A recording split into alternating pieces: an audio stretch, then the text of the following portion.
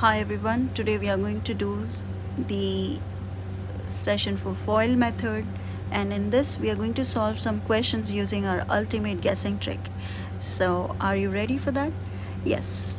Read out the first question: which of the following is equivalent to the expression shown above? So you have an expression x plus 3 times x minus 5. Usually we use FOIL method. The first we multiply outers, inners and last. But in this ultimate guessing trick, you're just going to check the constant multiplications. That's plus 3 times minus 5. That's minus 15.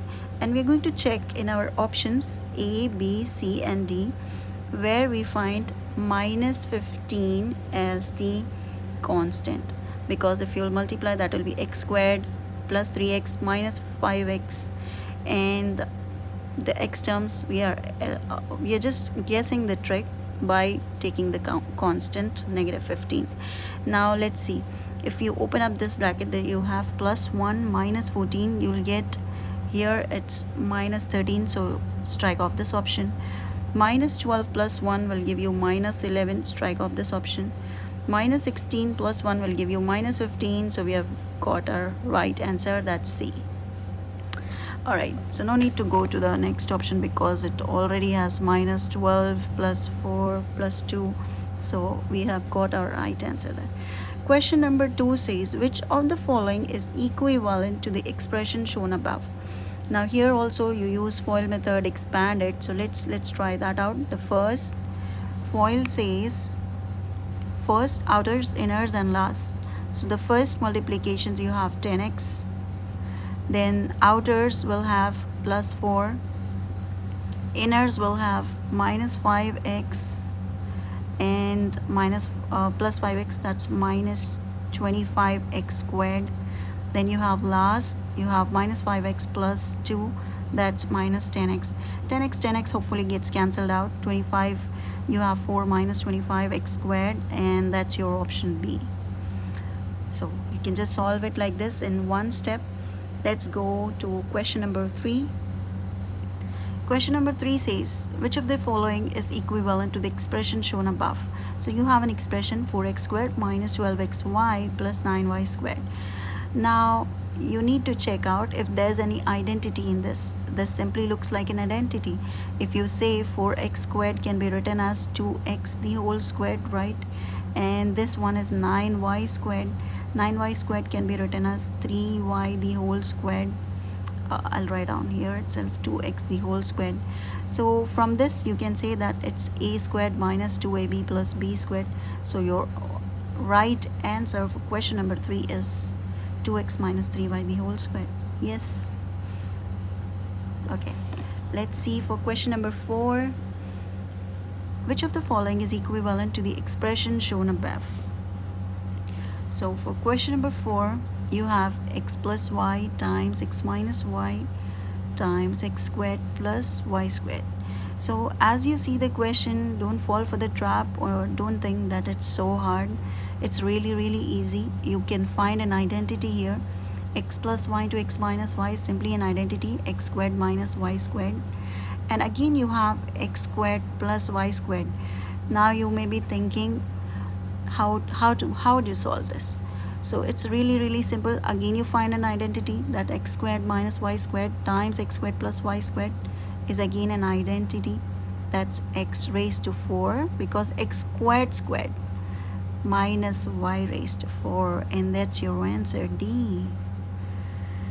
Alright, let's move on to next question. Question number 5 here on your computer screens. Okay, what is the value of 3 raised to a minus b times 3 raised to a plus b over 3 raised to 2a plus 1? So you can try it yourself. Pause the video for 30 seconds, try it yourself, answer the question, and you can look out for the answer here. Okay, you have 4 options.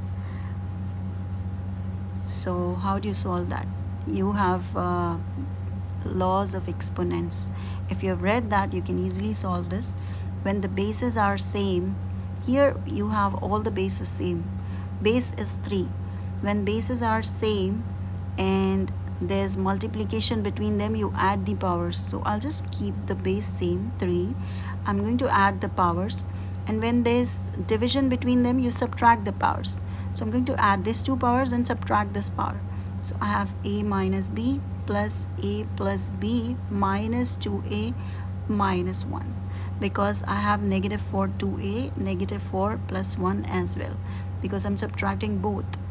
Now 3 raised to I have 2a plus a is 2a minus 2a gets cancelled out.